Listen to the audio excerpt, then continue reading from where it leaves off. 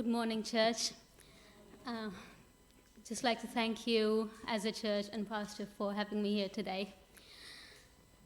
This is not really good timing after that video. I was asked to share my story about being a mom. And I'm sorry if I go a bit over time that I'm actually supposed to, because it's kind of a long story that I'm going to cut really, really short. So when I moved to this country 5 years ago, I got married and moved here from India. I was registered with the GP and I was asked to have a routine check. And then they called me in after some bloods were taken, and they said, "We need to speak to you." So when I went to the doctor, he said to me, "Don't even think of having a child, don't get pregnant, or you or your baby will die." It's literally like 3 months after I got married, that's what they said to me. And I was just staring the doctor in the face. I said, "I don't want to have a child right now, I just got married, but maybe a few years down the line." He said, "No, just don't think about it." I said, "Why?" He said, "Because you have this blood disorder, so you shouldn't actually have a child." So I have a very rare kind of thalassemia, which causes me to have really low hemoglobin levels. And there's lots of other complications that go and with and around that condition. So I knew I had this condition, but I didn't know the seriousness of what it could cause for being a mother. So when I heard that from the doctor, I went back home. My family is here, my mother-in-law, my father-in-law, and my husband. We prayed together. I told them, my mother-in-law was with me with the doctor, so she knew already. We just prayed about it. We didn't say or discuss much about it, but we all had this in our heart. I kept thinking and praying to God, like, why do you not want to give me this blessing of being a mom? How beautiful is it to become a mother? And it's just, I think, a thing that where someone says you can't have it is what makes you want it more. So I kept looking at children all the time then, and one day in church, during the worship, I was really in prayer with God. And as the worship ended, the sermon started, and the verse from the Bible came to me. It's in the book of Psalms 118, verse 17. It says, "I shall not die, but live and declare the works of the Lord."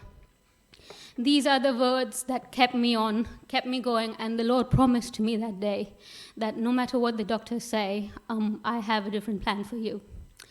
So 2 years after we got married, 2 years after the doctor's words, I found out I was pregnant.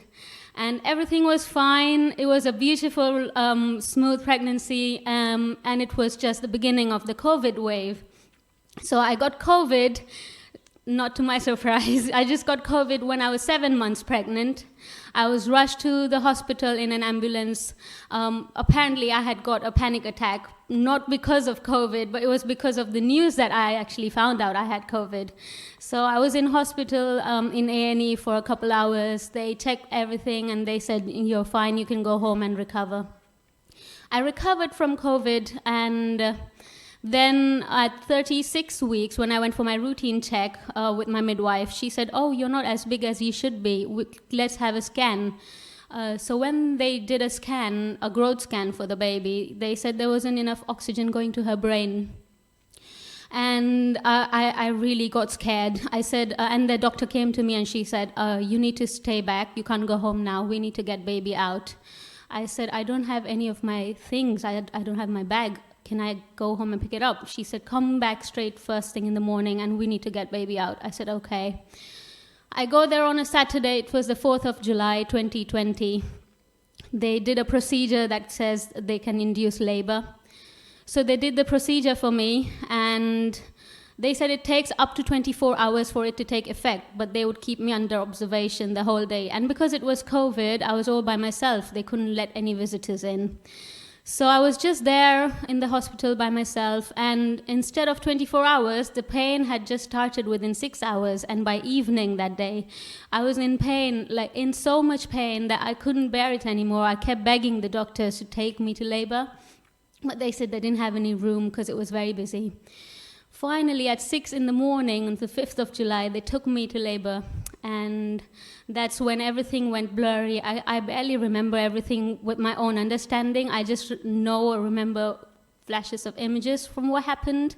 So basically what happened is, because that's when my husband was called in to be with me in the labor room, I had something called eclampsia. So while I was giving birth, I had seizures which caused my brain to hemorrhage while I gave birth.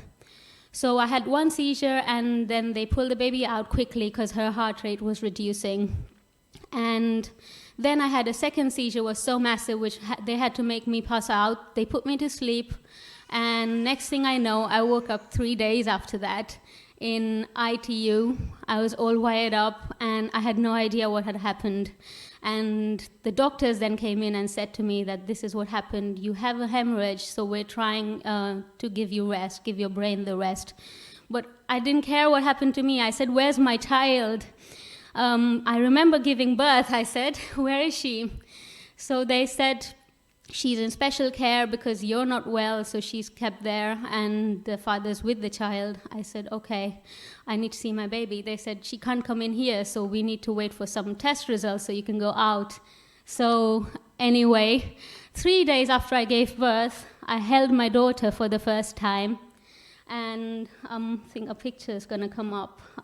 That's her on the first day when she was born, which I didn't see because I had passed out. And then I could hold my baby for the first time. And we named my daughter Eliana, which means God has answered. It's Hebrew for God has answered. I just want to thank God for how He has blessed me. He helped me recover through all those difficulties. He helped me to keep my faith strong, and He kept His promise to me. I did not die, and that's why I'm living to speak of His works today.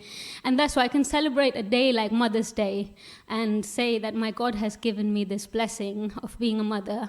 And that's my daughter sitting right there, Eliana. She's 3 years old soon. And I cannot say a blessing bigger than being a mother today. So thank you.